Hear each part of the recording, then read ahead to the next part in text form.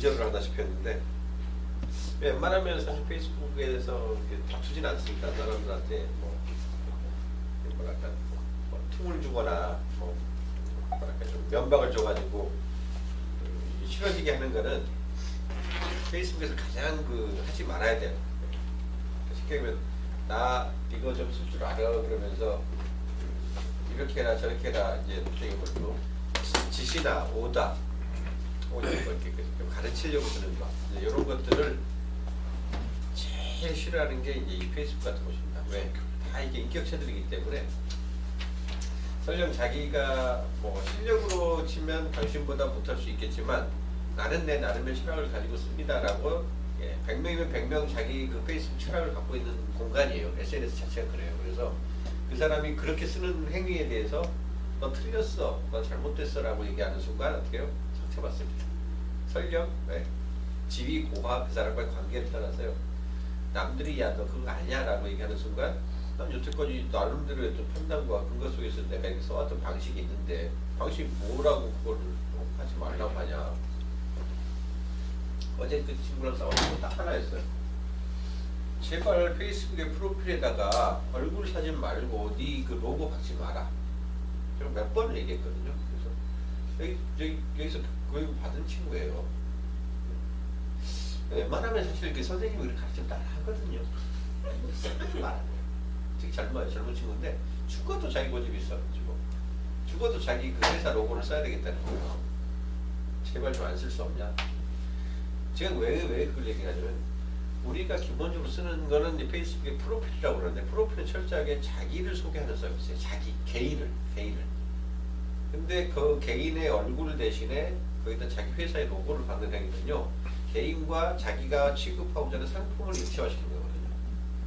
좋아요. 만약 자기 얼굴 자체가 브랜드인 사람이라면 뭐 연예인, 스포츠스타, 정치인 내 얼굴 자체가 곧 나의 브랜드다라고 하는 사람들은요. 뭐를 써도 좋아요. 근데 이 상호 마크 라벨을 갖다가 박아놓은 거 이게 이것도요. 아까 무슨 치과죠 여기? 물방울. 네, 물방울 치과. 그럼 물방울 무늬에 무슨 이게 로고가 있다고 쳐요. 우리 심볼 마크가. 거기다가 선생님의 개인 이름 김학범이라는 이름에다가 물방울 하나 박아놓은 거예요. 나는 물방울이에요 라고 자기를 소개하는 거거든요. 안 맞습니다. 실제로 이게 일치하지 않는 거예요. 김학범이라는 개인, 자연인 개인을 소개해야 될 어떤 자리에다가 물방울 치과에 로고를 박아놓는 거는 나를 상품으로 봐주세요라는 거죠. 개인이 아닙니다. 인격체이기를 스스로 포기하는 거예요. 그래서 제가 그 친구한테 네가 암만 네 회사를 홍보하고 싶다 하더라도 네 얼굴을 네 이름에다가 네 회사의 로고를 걸지 마라. 그렇게 강조를 해서 몇 번을 얘기를 했는데도 여전히 교수님이 뭐라고 하든 저는 꿋꿋하게 제 로고를 걸겠습니다라고 하는 식으로 좋다. 네가 그렇게 하는 건 내가 봐주겠는데 어디 가서 절대 소유에서 배웠다는 얘기 하지 마라. 절대 내 제자라는 얘기 하지 마라. 내가. 그거를 조건으로 걸면 내가 쓰는 거 뭐라고 안 그러겠거든요. 안 그러면 친구를 끊어라 내가. 그런 겁니다. 왜 이 프로필과 그런 그 페이지, 그 브랜드가 다른지에 대한 얘기를 조금만 좀 해드릴게요. 페이스북의 프로필, 보통 우리가 타임라인이라고 부릅니다. 예전에는 프로필이라고 불렀었어요. 초창기에. 타임라인이라고 이름이 바뀐 건 불과 2009년 말쯤에. 왜 타임라인이라는 그 이름이 바뀌었는지는 좀 이따 말씀드릴게요. 그래서 이 타임라인을 활용한 네트워킹. 그냥 늘 얘기하거든요. 페이스북을 이용해서 우리가 해야 될 건요. 사람 찾는 거예요. 사람. 보통 이걸 뭐 어떻게 장사수단으로 생각을 해가지고 일종의 뭐죠? 잠재 고객이라고 하죠. 고객을 찾겠다고 달려드는 분들이 있어요. 잠재 고객을. 그러니까 페이스북을 통해서 잠재 고객을 발굴하겠다고 이렇게 달라드는 분들이 계시는데 가장 어떻게 보면 좀 무모한 짓 중에 하나입니다. 잠재 고객이라고 내 친구를 잠재 고객으로 넣는 순간 어떤 일이 벌어지냐면요. 경계를 하게 돼요.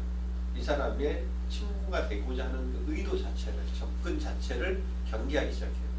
도대체 이놈 새끼가 나랑 친구해가지고 뭘 팔아먹으려고 하는 거지? 마음이 확 다치기 시작합니다. 그래서 진실한 경우가 안 일어나야 돼요. 이런 경우에. 그래서 중요한 건 철저하게 내가 사귀고자 하는 사람을 찾아내는 것. 누구와의 관계를 통해서, 누구와의 인연을 통해서. 그게 핵심입니다. 그래서 그 관계망을 통해서 나랑 또 다른 어떤 인생의 뭔가 이게 컨텐츠가 됐든 경험이 됐든 지식이 됐든 이걸 공유할 수 있는 또 다른 인맥망을 넓히는 게 페이스북 프로필로 해야 될 가장 큰 일이고요. 그게 처음이다 끝입니다. 그렇게 해서 많은 관계망들을 형성을 하고 나의 지지자, 우호분들 이런 지원자들을 만들어내면요. 내가 앞으로 무슨 짓을 하더라도 그 사람들의 어떤 기대나 그 사람들의 어떤 신뢰에 멍실을 하지 않는 한 내가 뭐를 하더라도 이분들이 보이지 않는 후보분들이 돼요. 치과 홍보하지 말아달라고 해도요. 만약 그 사람이 나랑 관계가 이렇게 돈독해지고 치과 가서 한번 구경이라도 하잖아요. 그러면 홍보해준다니까. 잘하고 못하고 떠나서 관계가 형성이 됐기 때문에 홍보를 해줘요. 실제로. 거기에 무슨 자기만이 감동할 수 있는 경험이 더 이게 추가된다? 그러면 뭐 금장첨화죠.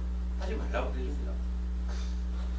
중요한 건 굳이 내 상품을 홍보해달라고 아부하거나 빌거나 뭘 압박하지 않아도 그냥 자연스럽게 나를 홍보해 줄 수 있는 그 사람들의 망을 만들어내는 게 페이스북 하는 일입니다. 어제 그제 우리 신혜윤 선생님 들었잖아요. 김영수 선생님 강의. 네. 남이 나를 홍보하게 하라. 네. 절대 내가 나를 홍보하는 공간이 아니다. 그래서 그 철학의 차이입니다. 페이스북은요 철저하게 남이 나를 홍보하게 하는 공간입니다. 내가 나를 홍보하는 순간 어때요? 다 떨어져 나갑니다. 사람들이. 왜? 장사꾼이라 합니다. 자 그리고 페이스북의 이 타임라인을 어떻게 좀 운영하면 좀 더 쉽게 할 수 있는가 이런 얘기 좀 하겠습니다. 쭉 일단 보세요. 이건 이제 페이스북 데이터의 히스토리입니다. 히스토리. 이게 언제적 소리는 2013년 3월달 그 데이터네요. 그러니까 이걸 바뀌어요. 중요한 소식들을 더 발표하는 사람이에요. 이게 이제 페이스북 때 사진을 확 키우면서 예전에 좀 약간 쪼잔하게 좀 사진들 보였거든요. 사진 따로 확 키우면서 모바일하고 이 PC 화면을 거의 일치시키는 어떤 그런 구조로 이렇게 레이아웃을 바꿉니다. 이게 작년 3월, 그러니까 이제 1년 반 정도 된 거죠. 그 레이아웃이 아직 안 바뀌고 현재까지 오고 있는 거죠. 자, 그렇게 바뀌는데 그 이유는 이거예요. 2003년 3월 달에 뉴스피드가 이렇게 확 바뀌었는데 사진 위주로 바뀐 이유는 딱 하나. 이게 2011년 11월 달 데이터. 이게 2013년 1월 달 데이터. 어떤 차이? 페이스북에서 뉴스피드의 소식에 나타나는 퍼센테이지. 뭐에? 사진의 퍼센테이지. 불과 2011년 11월만 하더라도 20%대 있던 게요. 작년 초 50%까지 올라갑니다. 그게 무슨 얘기예요? 페이스북에서 올라오는 글의 절반은 뭐다? 사진이라는 얘기, 사진. 그러니까 어떻게 포스트의 내용, 컨텐츠의 내용 자체가 사진으로 바뀌니까 어떻게 사진을 공유하고 싶어하는 사람들이 가장 많다는 얘기고요. 그러니까 어떻게 사진을 가장 부각시켜 줄 수 있는 형태로 레이아웃이 바뀐 겁니다. 그래서 지금은 사진 없는 그 페이스북 포스트 찾아보기가 거의 힘들어요. 왜 사진이 이렇게 뜨냐? 한국 공통을 하죠. 페이스북 사용자 13억이다, 13억. 그리고 쓰는 그 쉽게 말하면 이거 뭐죠? 언어만 최소한 80개가 넘습니다. 언어만. 근데 누군가 소통을 하고 싶은데 그 나라 사람의 언어를 모르면 소통이 되나요? 안 되는데 유일하게 되는 게 뭐냐면 사진입니다. 내가 어떤 터지는 장면, 먹음질 쓰는 어떤 장면을 놓고 숟가락 들고 있는 장면, 그것만 보면요, 아랍 사람이, 아프리카 사람이든 얘가 지금 맛있는 걸 먹으려고 하는구나. 이게 굳이 설명하지 않아도 바로 사진 한 장으로 해결되거든요. 만국 공통어로서의 사진이 역할을 하는 글로벌 SNS로서는 사진만큼 강력한 도구가 없어요. 그러니까 이게 뜨는 겁니다. 그래서 디자인도 이렇게 바뀝니다. 이게 맨 초창기에 2003년도에 처음 페이스북이 만들어지기도 전에 초창기 했던 첫 번째 장면이 이거였습니다. 페이스 메쉬라고 해가지고요. 얼굴 두 개를 이렇게 비교를 했고 A와 B 누가 더 who's hotter? click to choose. 야 누가 더 근사해 보이냐? 하나 골라봐라. 뭐 이런 거거든요. 이게 이제 그 페이스북 창립자인 마크 주커버가 2003년도에 하버드 대학교에서 기숙사에서 했던 그 장난질이었습니다. 그 하버드 대학교에 있는 그 특히 이제 여학생들 인명록을 갖다 모조리 그 해킹을 해가지고 쫙 긁어온 다음에 요런 이게 게임을 하나 만들어가지고 붙인 거죠. 4시간 동안 노트북을 서버를 삼아가지고 뿌렸는데 450명이 달라붙어가지고 22,000번에 투표를 한 겁니다. 누가 더 이쁘니? 누가 더 좀 핫해 보이냐? 이렇게 생각하죠. 마비됐죠. 전산망이 마비돼가지고 결국 두통 나가지고 근시 처분 당했죠. 잘리진 않았어요. 이걸 하고 나니까 이제 사람의 얼굴을 가지고 프로필을 준다는 게 사람들을 땡길 수 있는 요소가 되는구나라는 확신을 가진 거죠. 지금. 그래서 이제 친구 동기들이랑 모아가지고 만든 게 그 다음에 2004년도에 만든 게 더 페이스북. 더 페이스북은 이렇게요. 더 페이스북 이즈 제거 아니죠. 네.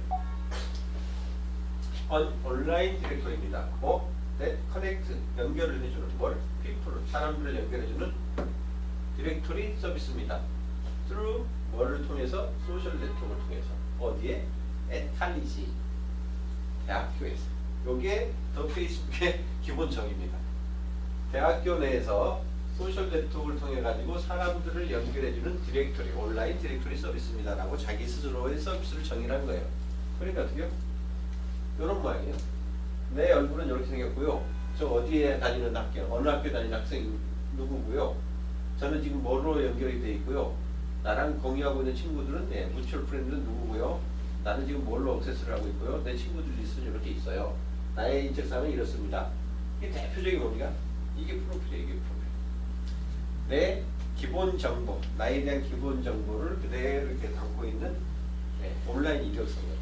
이게 페이스북의 시조예요, 시조. 그러니까 어떻게 해요? 나 이렇게 생긴 친구인데 이름은 누구고요? 어느 학교에 근무하고 있고요? 어느 학교에서 뭐 생일은 언제고 누구랑 사귀고 있고 누구랑 뭐 친구예요? 어느 과목 듣고 있어요?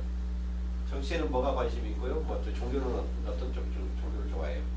자기소개서를 쉽게 얘기하면 자소서예요, 자소서. 그래서 요렇게 해서 시작된 게 2005년도 더 페이스북의 프로필 모양입니다. 이게 2005년도에.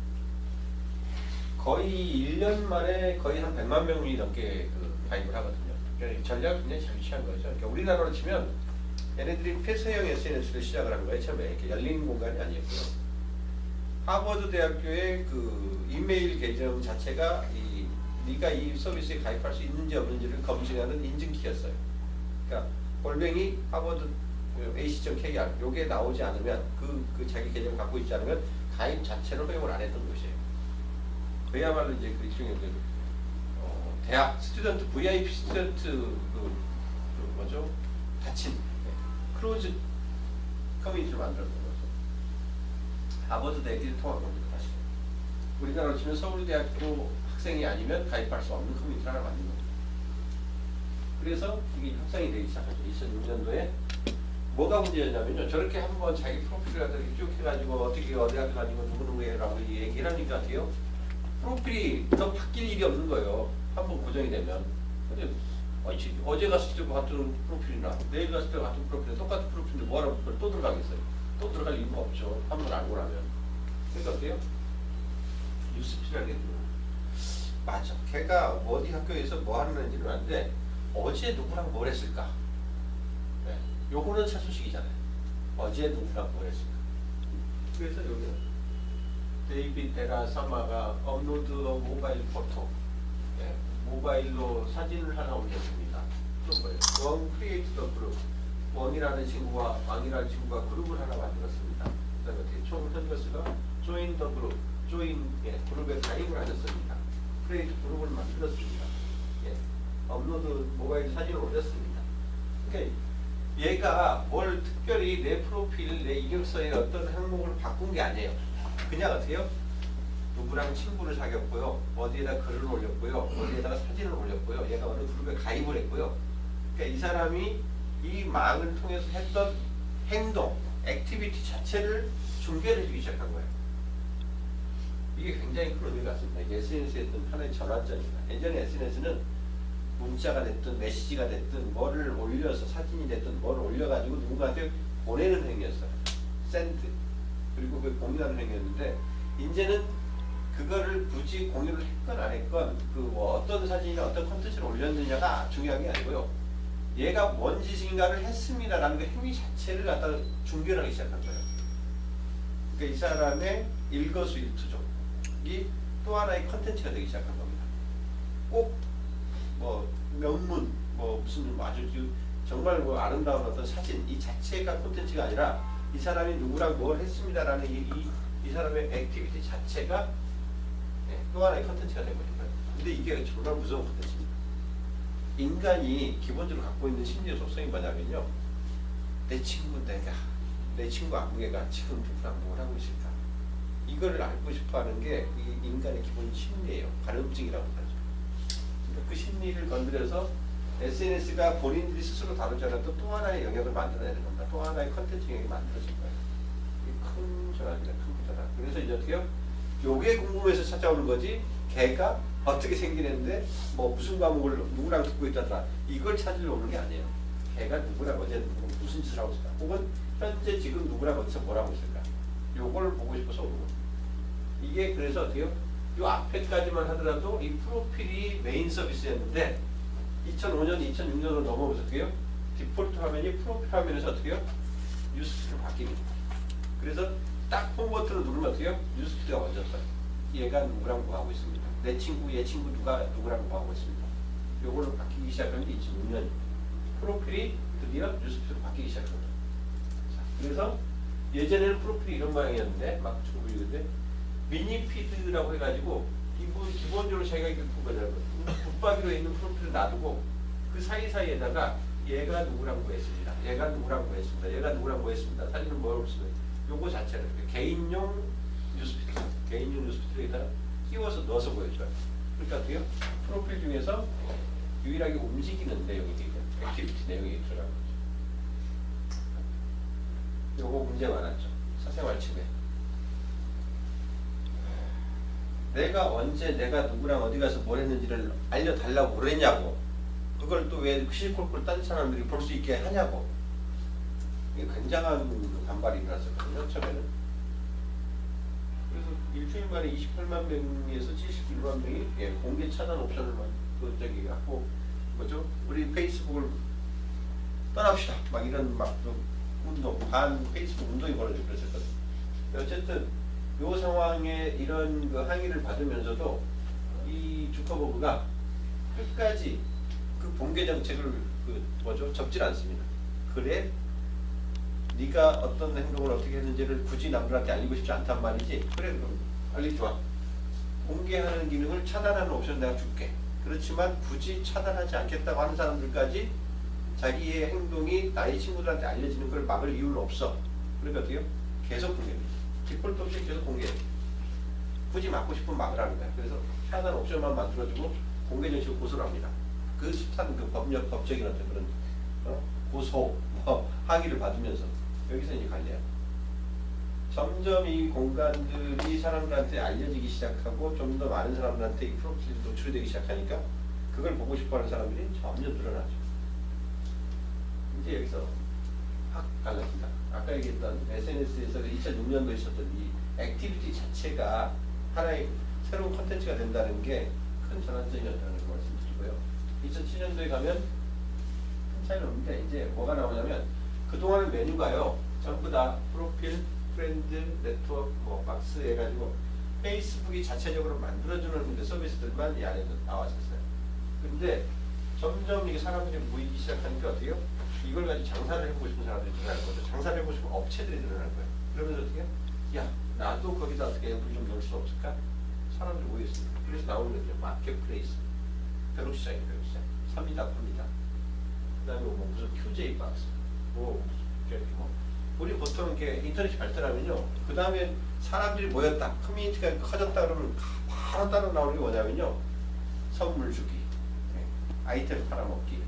그 다음에 음악 다운로드해서 mp3 팔아먹기. 이런 거 나오잖아요.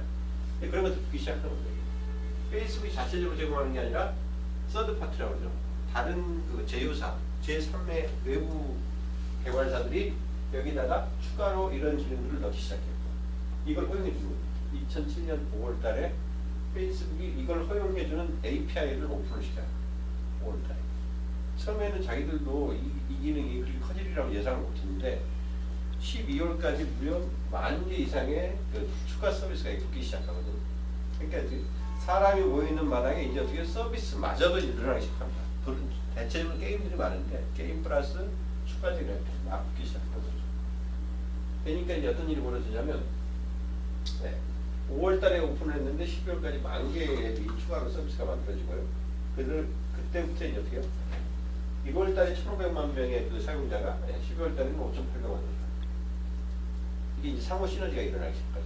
사람이 일어나는 곳에 서비스가 더 늘어나니까 서비스를 이용하고 싶은 사람이 더 늘어납니다. 이때 이제 마이크로소프트가 이 가능성을 봅니다. 아, 이거 페이스북 장난 아니네? 그래가지고 이때 이제 광고, 페이스북에 있는 광고 권한을 사는 조건으로 이때 지분 투자를 해요. 그래서 지금도 페이스북에서 제공되는 맵, 지도, 혹은 거기에 그 자동 번역 기능이 있거든요. 막 한글로 쓰고 있는데 영어가 들어왔다 그러면 영어에 대해서 자동 번역을 해줘요. 일단 빙 번역기입니다. MS가 제공하는 번역기. 그때 이제 그 인연으로 했는데 이제 뭐가 문제가 생기죠 이게. 너무나 많은 사람이 붙어가지고 너무 많은 서비스도 생기니까 어떻게 해요? 이제 페이스북 자체 그 서버로는 감당이 안 되는 거예요 이 서비스가. 그러니까 어떻게 해요? 야 니네 서비스는 니네 서버에서 해. 우리 더 이상 안 해. 그래서 어떻게 해요? 페이스북에서는 그 사람의 개인 필수 정보만 남겨놓고요. 나머지 니네가 하고 싶은 모든 제3 그 외부 서비스의 그 서비스들은 다 니네 컴퍼니에서 그냥 니네 서버에서 돌려야 되는 거예요. 그래서 실제로 누군가가 페이스북 회원이 새로 주어진 어떤 게임을 하고 싶다 그러면 그 게임 서버에 가가지고 작업을 하도록 만드는데 뭘 하나 심냐면요. 흔적을 갖다가 트레이스 추적하는 그 장치 하나를 심어요. 혹시 얘가 무슨 게임을 하다가 좋아요를 하나 눌렀어요. 그럼 어떻게 해요? 무슨 게임 하다가 좋아요 눌렀습니다. 라는 그 행동 하나만 어떻게 해요? 페이스북 서버에 남겨놔요. 그래서 페이스북 뭐죠? 이 담벼락에 누가 무슨 게임을 하다가 좋아요 눌렀습니다. 이 흔적을 하나 남겨놓는다고. 뭘 했다는 얘기야? 그러면 딱 누르면 어떻게 해요? 그 누르는 걸 타고 그쪽 이용했던 애플리케이션 그쪽 서비스로 넘어가게 되고 보여드려야 돼요. 제가 오늘 앱을 이용하다가 조선일보를 갔습니다. 뭐가 좀 재밌는 소식이 없을까 싶어가지고 조선일보에 가가지고 기사 하나 봤습니다. 뭔 얘기입니까? 일본 배드민턴 에어컨 바람 조작 의혹 제기 말도 안 돼. 뭐 이런 글이 있는데 이제 어떻게 해요? 여기 보면은 요 기사가 재밌었건 재미없었건 추천이라고 되죠. recommend. 요 기사를 이미 읽었으니까 요 기사 쓸만합니다라고 추천하고 제가 링크를 눌러놓는 거죠. 이게 페이스북 흔적입니다. 요 기사 보고 싶으면 조선일보에 가서 봐. 대신 조선일보에다가 이거 하나 달아놓는 거예요. 흔적 남기. 추천을 누르는 순간 어떻게 해요? 저 흔적이 어디로 간다고요? 페이스북 담벼락으로 남는다니까요. 설마가 사라진다고 그러죠. 자, 이거 제 홈페이지입니다. 홈페이지라는 게 아니라 제 페이스북 프로필이죠. 자, 보시면 제 포토 커버 있고요. 여기 이제 제 담벼락을 이용해서 이제 글을 올리신 분들이 쭉 있고요. 자, 오른쪽을 보면요. 컨텐츠가 흐릅니다. 사진, 그 다음에 글, 동영상.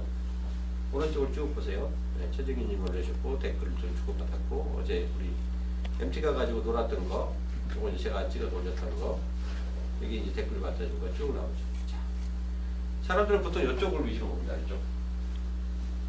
누가 무슨 얘기를 했을까? 누가 좋아요를 붙이고, 누가 댓글을 뭐라고 붙였을까? 이쪽으로 완전 흐르는데, 정작 이쪽도 보셔야 돼요. 왼쪽. 여기 정보 있죠? 나에 대한 가장 기본적인 프로필 소개입니다. 어디 있고, 뭘 좋아하고, 어디 출신이고, 내가 주로 최근에 찍은 사진들은 어떤 거고, 내가 지금 사귀고 있는 친구들은 어떤 친구들이고, 그 다음에 내가 현재 지금 요즘에 관심을 갖고 지금 좋아요한 브랜드들, 페이지들이 어떤 것들인지, 그리고 여기 내가 갖고 있는 앱 중에서 지금 여기에 공유하거나 무슨 댓글을 같은 앱은 뭔지, 인스타그램에 사진은 뭐를 공유했는지, 그룹은 뭐가 있는지, 장소는 어디를 다녔는지, 음악은 뭘 좋아하는지, 영화는 뭘 좋아하고, TV 프로그램은 뭘 좋아하고, 책은 뭘 좋아하고, 유튜브에 가서 요새 뭘 보고 있었는지, 비디오는 뭘 봤는지. 자, 그리고 보시면 최근 활동 나오죠.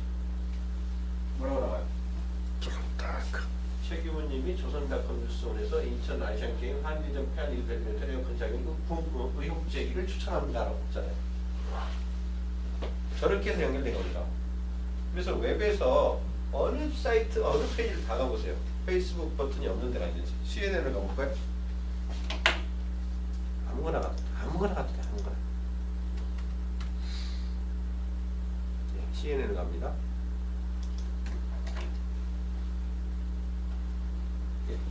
영어판이에요. 여기도 좋아요가 나오잖아요. 여기도 좋아요가 나와요. 기사를 하나 읽으면요. YIS 웨스트 쭉 기사가 이렇게 나오고, 예. IS가 뭐 하는 애들이요? 이름도 못 들었는데 하여튼 여기도 보면 레커멘드 있죠. 네, 누릅니다. 그럼 레커멘드를 하는 순간 야 그냥 레커멘드 하지 말고 요거를 읽었는데 뭐라고 한마디 붙여볼래? Say something more about this. 요거에 대해서 뭐라고 한마디 좀 코멘트 좀 남겨볼래? 이렇게 물어보잖아요. 남기고 싶은 그냥 그 기사에 대한 내 추천평, 내가 이걸 왜 레커멘드 하는지 그 이유를 붙일 수 있죠. 그냥 봐. 그냥 뭐죠? 이거 그냥 봐. Just do it. Do you? Just do it. To read. to 써야 되는. Just read. 이렇게 썼다고 쳐요. 그리고 add a comment. 한마디 했다 이거죠. 그럼 갑니다. 그럼 끝. 그럼 이건 어디로 갔을까요? 이제 제 사이트에 와서 제 페이지를 누르면 이렇게 되는 거죠. 그냥 좋아요, 추천만을 하지 않고 제가 한마디 남겼잖아요. 그냥 이거 보내니까 왜 아이스가 이걸 하는지 뭔 얘기 나도 모르죠. 어떻게 해요? 저걸 봤다는 흔적을 어떻게 해요? 담벼락에 그냥 남겨놓는 거고, 누군가 이게 도대체 뭔 소리야 싶으면 어떻게 해요? 이걸 누르는 순간 이 CNN 기사 쪽으로 넘어오는 거죠. 지금은 페이스북이랑 연결되지 않은 웹사이트는 존재하지 않는다고 봐도 돼요. 예전에는 저걸 개수를 카운트를 했거든요. 페이스북이랑 연결된 그 웹사이트가 전 세계 몇 개나 되는가? 250만 개 세다가 그다음은 안 되더라고요. 누구나 나나 개나 소나 다 아니까 있잖아요. 요 마크가 없는 데가 없잖아요. 페이스북, 트위터, 구글 플러스, 이건 링크인. 이게 가장 대표적인 그 소셜 네트워크하고 연동되는 하나의 연결 출구들이거든요. 그래서 페이스북 링크가 없는 그런 지금 그 홈페이지, 그런 기사는 애시당초 생각을 하지 마셔야 됩니다. 그런 사이트는 이미 자기가 만든 컨텐츠를 뿌릴 수 있는 자기 손과 발을 끌어놓고 시작하는 홈페이지를 마찬가지입니다. 무조건 다십니다. 무조건. 왜? 이걸 보는 순간 이 사람이 내가 누군가한테 이걸 공유하고 싶을 때 바로 누르게 됩니다. 그래서 트위터도 잘 안 눌러요. 페이스북으로 공유되는 게 전체 그 웹상에서 일어나는 공유의 43%입니다. 페이스북 통해서 내가 이거를 누군가랑 공유를 해야 되겠어. 나 혼자만 보기엔 좀 아까워라고 해가지고 딱 채워. 나누기 이걸 누르는 순간 페이스북으로 40%가 나갑니다. 페이스북. 전 세계를 향해서. 그래서 그걸 보랍니다. 자, 이게 무슨 얘기냐? 그 얘기예요. 그래서 이제는 하도 많은 서비스가 페이스북이랑 붙게 되니까 페이스북에서는 그 많은 정보를 다 감당을 할 수가 없고, 그러니까 어떻게요? 조선일보에서 레코멘드 했습니다 라는 그 레코멘드 기록 하나만 얘가 갖고 있고요. 그 기록이, 그 레코멘드가 어떤 기사였는지 알고 싶은 사람 어떻게요? 조선일보 가서 읽으라는 거예요. CNN에다가 마크 하나 딱 코멘트 하나 붙여놓고 코멘트의 내용과 그 CNN의 기사가 있는 그 링크 하나만 페이스북이 갖고 있습니다. 담벼락에다가 거기다 흔적 남겨놓고 누르면 어떻게요? 다시 CNN에 가서 그 기사를 보면 돼요. 요거가 확장되고 또 A가 B로 연결되고 C가 C로 연결되니까 어떻게요?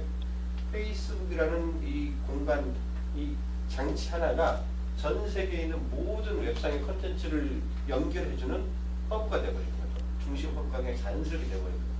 그래서 페이스북은요, 별도의 OS가 아니에요. 그러니까 뭐 윈도우처럼 여기다 깔아놓지 않으면 뭐 쉽게 얘기하면 무슨 프로그램이 안 들어가는 그런 게 아닌데, 실질적으로는 인지 웹에 있는 수많은 그 서비스와 컨텐츠들을 연결해내는 중간 허브가 되어버린 거죠. 사람을 기반. 왜? 누군가 여기서 조선일보를 읽은 거, 누군가 CNN에서 읽은 거, 누군가 어디서 본 거를 내 친구 누군가한테 보내주고 싶을 때, 내 친구 누구한테 노출시키고 싶을 때 그냥 자연스럽게 페이스북에다 올려버리거든요. 그런 공간입니다. 그러니까 페이스북은 처음에 시작은 개인이 나는 어떤 사람이다라고 프로필을, 자기 프로필을 소개하기 위한 서비스로 시작이 됐지만, 거기에 얘가 누구랑 뭐 했습니다, 얘가 누구랑 뭐 했습니다 라는 그 액티비티 정보가 또 하나의 컨텐츠가 되면서 점차 이게 확산이 되면서 이제 어떻게 전 세계에 있는 그 인터넷의 모든 정보를 소개하고 연결하고 공유해주는 이제 그 공유의 그 핵심 도구도 이게 그 질이 바뀐 거 질이. 그래서 지금은 페이스북은요 철저하게 공유의 도구입니다. 공유. 그리고 전파와 확산의 도구로 쓰이는 거예요. 그 확산을 할 때 이루어지는 어떤 힘은 뭐냐면 이 사람이 이 다른 친구와 맺고 있는 그 관계에 의해서 확산됩니다. 공유를 누른다고 해서 불특정 다수 누구에게나 다 보이는 게 아니거든요. 내가 아까 CNN을 공유하고 그다음에 어떤 조선일보를 공유했을 때 그 공유했을 최규문이 CNN의 어떤 기사를 IS를 공유했습니다라는 그 기사를 볼 수 있는 사람은 저랑 친구를 맺고 있는 사람에게는 안 보입니다. 그게 차이예요. 그래서 이 관계망을 통해서 전 세계에 있는 콘텐츠를 새롭게 확장시키는 그런 도구가 되는 거죠. 자, 이제 그 다음부터는 이걸로 페이스북 기능은 이제 완결된 겁니다, 사실. 이제부터 진화되는 건 그냥 레이아웃, 데코레이션, 뭐 이 정도 수준이라고 보면 돼요. 사진으로 뭐 작은 게 커지기도 하고요. 뭐 그동안에 이제 뭐죠? What are you doing? 이거 옛날에 트위터가 썼던 얘기입니다. 그 트위터 베껴온 거거든요. 너 지금 뭐 하고 있니? 요거 등장한 게 2008년. 그래서 어차피 글을 쓸 거라면 여기다가 그냥 편하게 써라 라고 이제 그 콘텐츠 박스가 하나 만들어졌고요. 이때 여기 월 담벼락이라는 단어가 여기 처음 등장합니다. 우리나라 사람이 담벼락이라고 번역을 했어요. 미국에 있는 학생들이. 그래서 이때 담벼락이라는 말이 등장한 게 2008년. 그리고 What are you doing은 너무 트위터를 베낀 거 아니냐라고 했더니 조금 바꿨죠. 이제. What's on your mind? 네 머릿속에 무슨 생각하고 있니? 아직 안 변하고 있습니다. 그렇게 해서 2009년.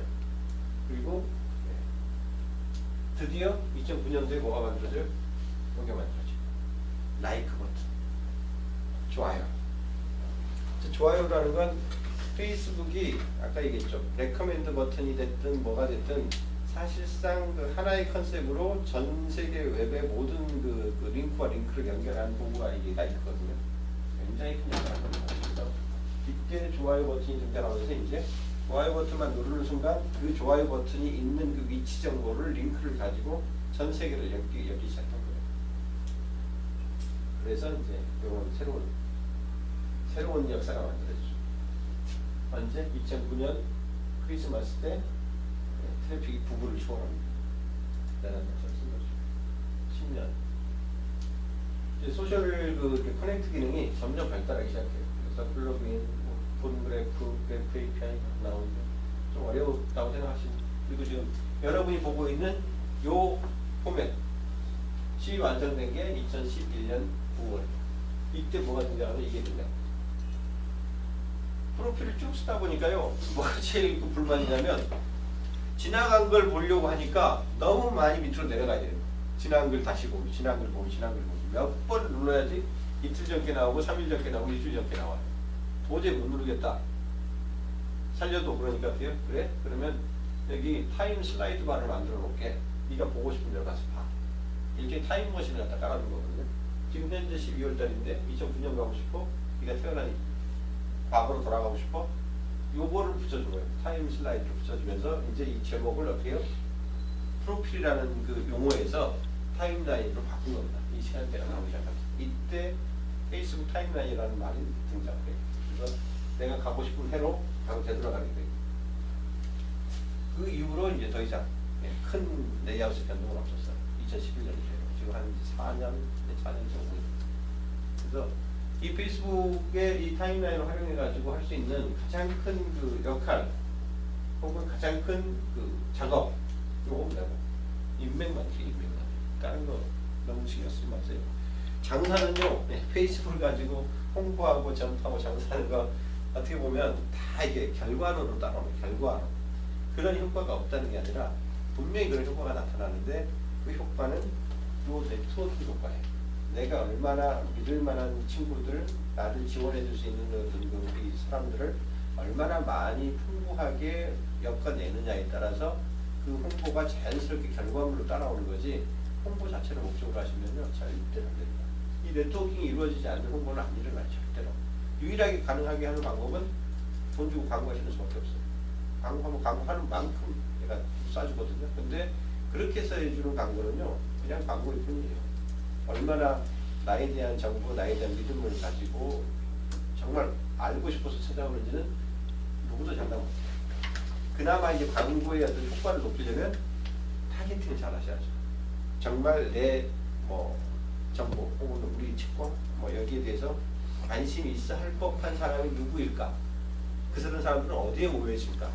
이 타겟팅을 잘하면 상대적으로 똑같은 광고를 쓰더라도 조금 더 효율을 높일 수가 있죠. 그런 쪽으로는 기술적으로 공부를 하셔야 돼요. 근데 페이스북의 프로필을 가지고 그 광고 역할을 대신하겠다고 생각하는 건 좀 약간 오바예요. 그냥 여기서는 이러이러한 방법과 방법을 통해서 계속 나를 믿을 수 있는, 나를 정말 믿을 만한 친구로 여겨줄 수 있는 좋은 친구들을 최대한 한 사람에서 많이 사귀는 게 좋습니다. 방법은 이런 것들이에요. 제가 한 4년 넘게 꼬마 페이스북을 썼어도 뭐 이 이상 별로 권해드릴 수 있는 건 없어요. 보면 페이스북 딱 들어가면 뉴스피드가 가장 먼저 나오죠. 여기 우리가 간단하게라고 얘기했던 타임라인. 광고는 안 하시면 광고 관련은 안 보입니다. 그 다음에 나오는 건 메시지, 이벤트, 사진, 친구. 그 밑에는 다 그룹입니다. 그룹. 지금 페이스북이 갖고서 제공해주는 기능들이 다예요. 1. 뉴스피드, 2. 메시지, 3. 이벤트, 4. 사진, 5. 친구들 리스트, 6. 그룹. 그리고 맨 마지막에 가면 이제 페이지 나오거든요. 브랜드를 알리는 페이지가 밑에 숨어 있죠. 자, 요거를 잘 하시면 되는데 오늘의 주제는 타임라인이기 때문에 타임라인 위주로 말씀드립니다. 자, 요거는 모바일 버전이에요. 너무 이렇게 한 버전, PC 버전으로 설명을 드리면 제 화면엔 그런 거 안 나오는데라고 하는 분들, 이 폰만 들고 있는 분들 꼭 얘기하시거든요. 이렇게 나옵니다. 요 뉴스피드. 여기는 모바일이니까 GPS 정보를 갖고 있잖아요. 얘는. 그러니까 장소라는 기능 하나가 추가로 나옵니다. 체크인 기능. 그다음에 메시지, 이벤트, 사진 좀 갖고 그래요. 한번 가볼까요? 어떻게 되지? 이거 신대교수의 2013년 10월달에 그린 그림이에요. 단풍입니까? 뭐 남근 뿌리 깊은 남근의 계곡물에 마이산인지 하여튼 뭐 그러네요. 24년 만에 공휴일로 찾은 한글날을 기념해서 뿌리 깊은 나무를 그리신 거예요. 네. 손으로 그리신 거죠? 그렇죠. 네. 아이패드로. 네. 자, 이때만 하더라도 지금은 조금 위치는 좀 달라졌어요. 이쪽으로 이렇게 달라지고 있는데 꼭 설명드려야 된다. 요게 기본적으로 이 뉴스피드입니다. 뉴스피드인데 친구들이 어떤 글을 올렸는지를 보여주는 그 공간인데 이 글에 대해서 옵션이 있어요. 미안하지만 지금 그 페이스북에 특히 브랜드 페이지 같은 경우는 내가 어떤 글을 올렸을 때 그 글이 내 팬들, 친구들한테 노출되는 그 비율이 미안하지만 6% 정도밖에 안 됩니다. 그러니까 100명의 친구나 팬을 갖고 있으면 그 사람의 뉴스피드에 내 글이 노출될 확률 100명 중에 6명. 작년 재작년만 한 15%, 16%를 갔었거든요. 100명이면 15, 16명한테 이게 도달이 됐었는데 지금은 6% 정도밖에 안 나옵니다. 그러니까 어때요? 한계가 있어요. 그리고 이게 좀 특이한 게 이게 페이스북은 그 친구가 이렇게 많아지면 많아질수록 자주 교류하는 사람들, 아주 친한 사람들 거 위주로만 골라서 보여줍니다. 특히 서로 이렇게 좋아요 눌러주고 댓글 붙여주고 하다 보면 그 좋아요 하는 현상들이 점점 더 심해져요. 왜? 우리도 어떤 그 뭐 웹을 검색했을 때 두 페이지 안 넘어가잖아요. 첫 페이지에 나오는 거에서 클릭해가지고 다 답 찾고 그 다음에 또 거기가 뭐 아 이거 괜찮네 싶으면 거기 추천해주고 댓글 달아놓고 또 나와버리잖아요. 그러니까 한 번 앞쪽에 그러니까 이게 헤드 쪽에 뜨기 시작하면 그쪽에 사람들이 몰려가지고 추가적인 반응이 나오는 확률이 훨씬 높아지고요. 그 반응이 나오면 나오는 만큼 어때요? 그 사람과 계속 더 가까워지는 거예요. 딴 사람들은 다 멀어집니다. 그 사이에 상대적으로. 그러면 페이스북은 아 이 사람은 친구가 5,000명이건 뭐 2,000명이건 상관없이 맨날 노는 사람도 이 사람들 뿐이네. 그러면 어떻게요?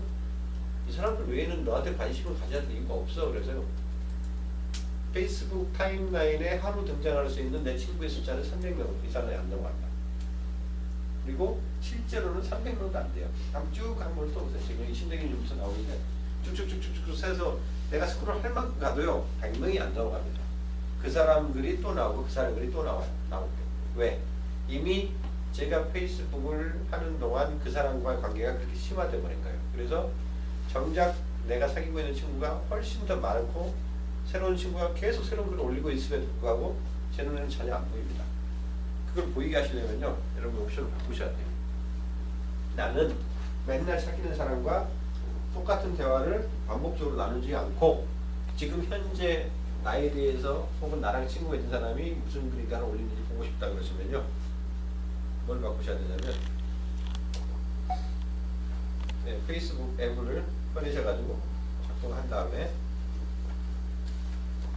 여기 보시면 여기 상명 마크 있죠. 짝대기 3개가 이게 마크 옵션이거든요. 이거 눌러보시면 광고 관리자, 이벤트, 장소, 사진 저장 쭉 있죠. 쭉 한번 이렇게 올려보세요. 쭉 끝까지. 그룹이 많지 않은 분들은 아마 금방 올라갈 텐데 저는 그룹이 하도 많아가지고 쭉쭉 올라갔다 보면 맨 아래 그룹 만들기 밑에 가다 보면 모두 보기가 있고 그 밑에 뭐라고 써 있어요? 피드라고 써 있죠. 피드. 거기에 인기 소식으로 되어 있는지 최신 글이라고 되어 있는지 그걸 선택을 하셔야 돼요. 피드라고 나오죠.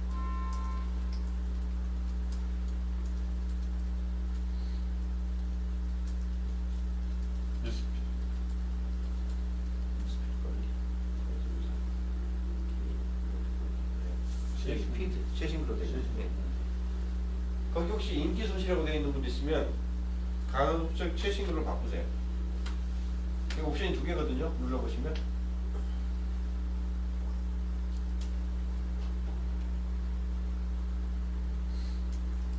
그 최신글이라고 이렇게 해놓으시면 그게 뭐냐면 나랑 친구를 맺고 있는 사람들 중에서 그래도 지금 최근 지금 이 시간에 가장 가깝게 올린 사람들 그 위주로 뜨는 그 옵션입니다.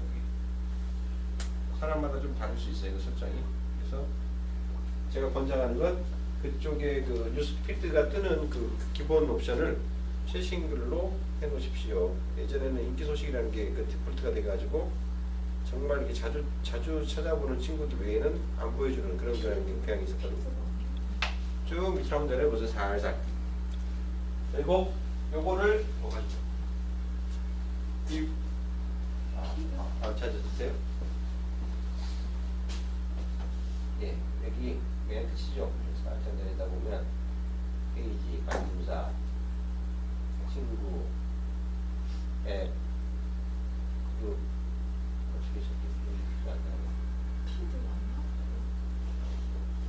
이게 폰마다 조금씩 다릅니다. 이게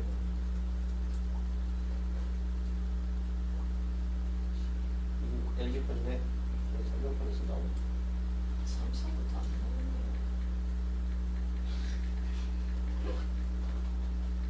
안 안 나오는 폰도 있을 수 있어요. 그러니까 잘 안 보인다 그러셔가지고 안경을 바꾸면 보이겠네요 그 생각에. LG 거랑 좀 다르네요. 제가 집에 가서 우리 와이프 걸로 한번 뒤져보겠습니다. 저희 와이프는 LG 거 쓰기 때문에. 자, 이거를 저기 PC 버전에서는 이쪽 근처로 지금 와 있어요. 이쪽 근처에 가보시면 요거를 내가 그 인기 소식으로 봐야 될지 저기 최신 글로 봐야 될지가 보이는 부분이 있거든요. 보여드릴까요? 저기 보면 가보시면 타임라인 갔을 때 뉴스피드니까 얘를 누르면 뉴스피드인데 뉴스피드 요 밑에 이렇게 눌러보면 뉴스피드라는 말 밑에 이게 인기 소식 최신글 이렇게 있죠. 가급적 최신글로 체크해놓고 쓰셔야지 조금이라도 나랑 좀 이렇게 요새 좀 소원하고 좀 교류가 좀 안 되는 친구라 하더라도 그 친구가 새로 올리는 것들이 있으면 웬만하면 안 빠뜨리고 저게 나옵니다. 저걸 만약 인기 소식으로 해놓으시면 어떻게 해요? 계속 보이는 사람만 계속 보여요. 뉴스피드 정렬로 표시되어 있네요. 정렬 나올 수 있어요. LG폰에는 정렬로 나온다고요? 오케이. 정렬이라고 뜬답니다. 정렬이 있는지 옵션 보세요. 어떤 사람은 피드라고 나옵니다. 자, 이거 의미가 있습니다. 이걸 왜 제가 말씀드리냐면 페이스북의 알고리즘 자체가 학습 효과를 갖고 있어서 자주 좋아요하고 자주 그 저기 반응을 하는 사람들끼리 점점 더 이렇게 그 많이 보여주게 만들어요. 그리고 점점 심해져요, 그 경향이. 그래서 처음에 100명 보이던 게 그 다음에 50명밖에 안 보이고 50명 보이는 30명밖에 안 보이더라 했어요. 여러분이 거기에 빠져들면 안 됩니다. 그러면 정말 나하고 자주 반응해주는 사람 외에는 자꾸 그 교류폭이 줄어들게 돼 있거든요. 자기도 모르는 사이에 페이스북이 노출시켜주는 것만 자기도 모르게 보게 되기 때문에 그걸 벗어나고 싶으시면 의식적으로 새로운 사람들과의 만남 공간을 허용을 해두셔야 됩니다. 그걸 그나마 제한적으로나마 해줄 수 있는 게 그 최신글의 옵션을 갖다 놓고 쓰시는 거예요. 요런 기능, 요런 옵션이 있는지 듣기는 해보셨어요? 자, 그리고 또 하나, 사람하고 관계하는 거니까요. 이 초기 화면 중에서 꼭 한번 보셔야 되는 게 요 부분이에요. 요거는 뭐 광고하는 사람 나오니까 이거는 안 보일 거고요. 누구누구님 외 몇 명, 이거 누구누구님 외 몇 명. 폰에서도 나올 거예요. 폰에서도 보면 나온지는 모르겠네. 폰에서 이벤트, 이벤트, 다가오는 이벤트, 지난 이벤트, 한번 찾아봐야 되겠는데요. 만약 여러분이 혹시라도 저걸 쓰신다면, PC 위주로 만약 보신다면 저걸 꼭 좀 챙기세요. 요거 누구누구님 왜 이 생일 케이크 있는 건데 이게 오늘 생일 맞은 분들이거든요. 다른 사람은 몰라도요, 최소한 내가 저 사람하고 어떤 친구 관계를 유지한다 그러면요, 그날 페이스북에 대해서 내가 했다 안 했다 혹은 광고를 했다 안 했다 보고 싶을 때 타임라인에 좋아요만 누르고 가지 마시고요, 오늘 생일을 맞은 분들한테 반응을 꼭 가져가세요. 박진아님, 김재현님, 박종범님 다 저랑 인연을 맺고 있는 친구들이거든요. 최소한 누군가랑 내가 친구를 맺고 있을 때 그래도 친구라는 소리를 하려면 나 기뻐진 날인데 축하 인사 한마디 정도는 남겨줘야 되잖아요. 그게 친구잖아요. 저 같은 경우는 친구가 지금 5,000명이 넘기 때문에 미안하지만 5,000명을 365로 나눠보세요. 매일처럼 최소한 10명에서 15명의 친구가 나타나요. 다 반응 못하거든요. 사실 할 수가 없습니다. 설령 여기에다가 만약에 응답을 하잖아요. 박진아님한테 생일 맞으셨네요. 축하드립니다. 라고 합니다. 제가 생일 맞으셨네요.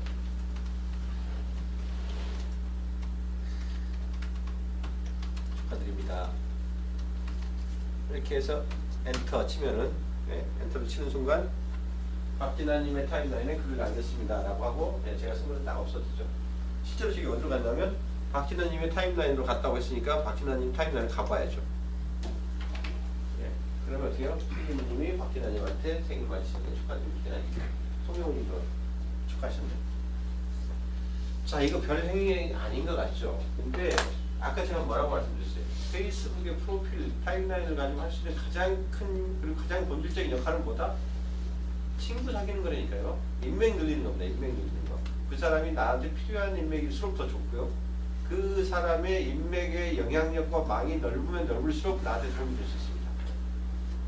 어쨌든 박진아님은 언제 저랑 관계를 맺었는지는 모르겠으나 어쨌든 페이스북에 오늘 친구 맞았다고 하는 생일 맞았다고 나한테 추천해준 12명 중에 한 분인 거예요. 오늘 이 사람하고 관계를 내가 어떤 사람하고 관계를 더 심화시키고 살 때 가장 관계를 깊게 할 수 있는 가장 큰 부분은 어디냐면요, 생일 축하해 주는 거예요.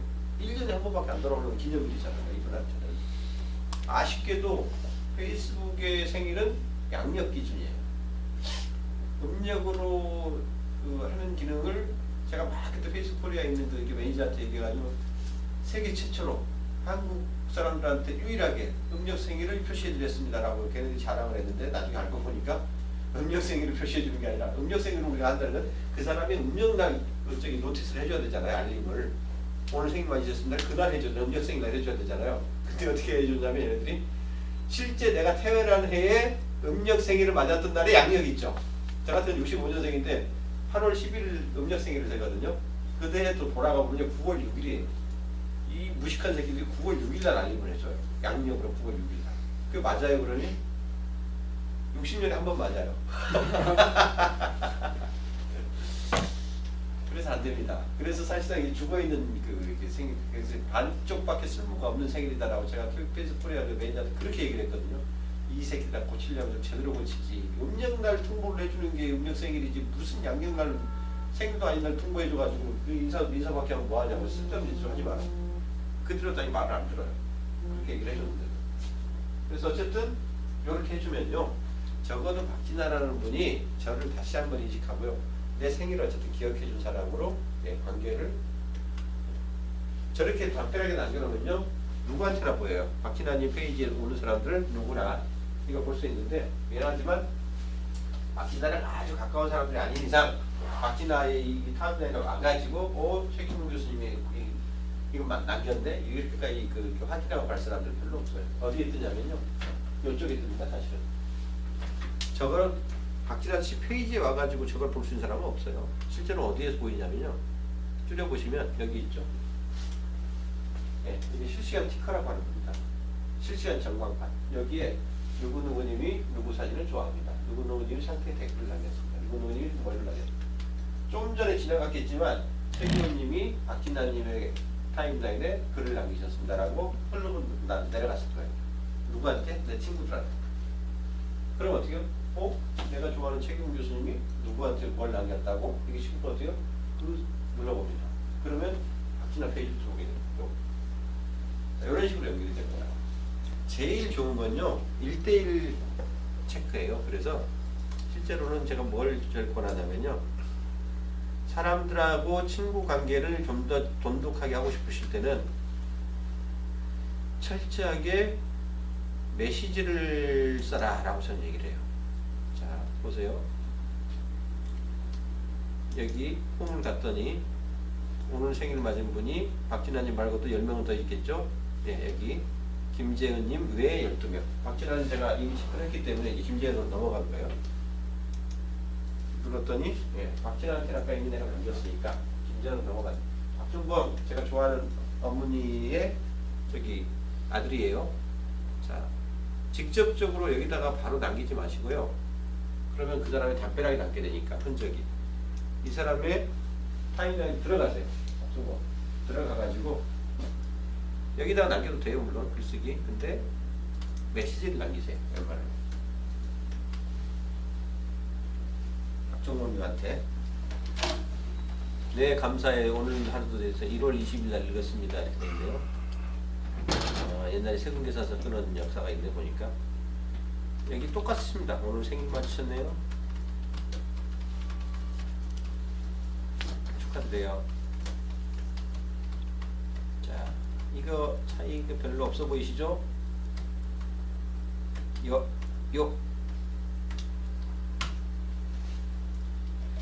어떤 차이가 있는지 한번 보실래요? 근데 갔나 모르겠네. 젊은 친구였는데 예전에 우리 강의 들었던 친구예요.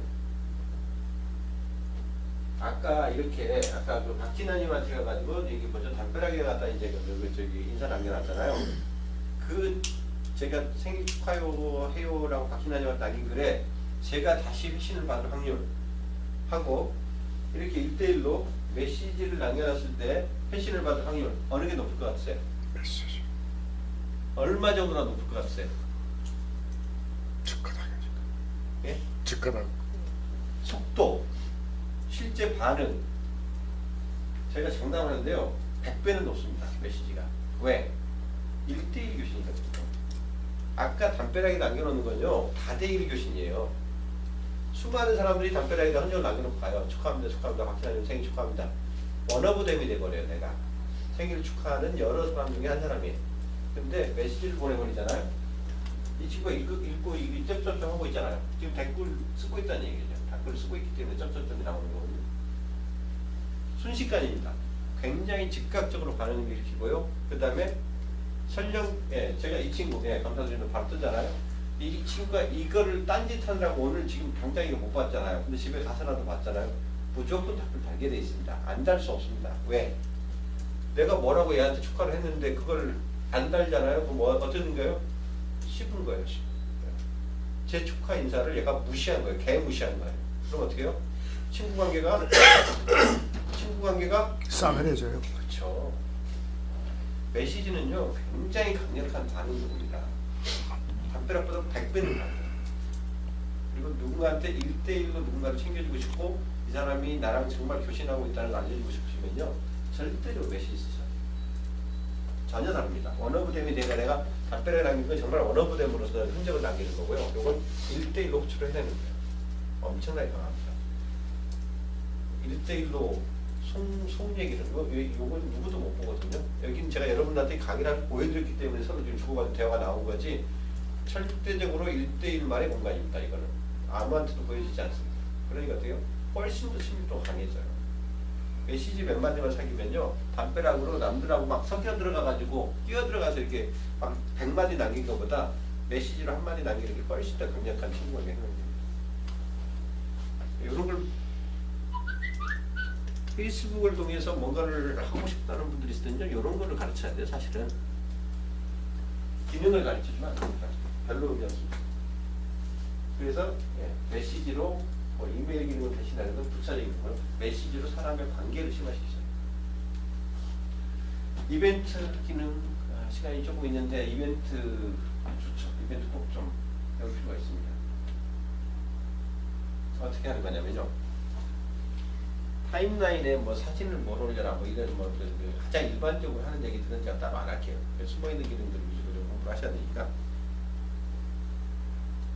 뭐 명함 명분을 매일같이 쓰는 사람, 무슨 뭐 감동적인 뭐 어디 뭐 동영상을 갖다 찾아가지고 올리시는 분, 각자 나름대로의 그 페이스북 콘텐츠 전략들이 있긴 있지만요. 어떤 글이 좋은 글이고 어떤 글을 쓸 때 사람들하고 이렇게 관계를 끌어들일 수 있는지는요. 엊그저께 제가 우리 그 소셜풀 저기 옥천로 1박 2일 램프 갔었는데 김영수 선생님이 돈 되는 SNS 글쓰기 전략이라는 주제로 1시간짜리 강의를 하셨거든요. 그 안에 다 들어있어요.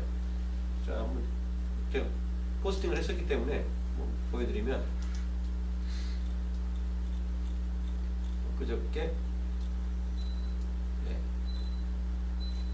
여기까지는 안 갔고 여기 그날 저녁에 갔으니까 여기 다 돈 내는 SNS 글쓰기 전략 시작합니다.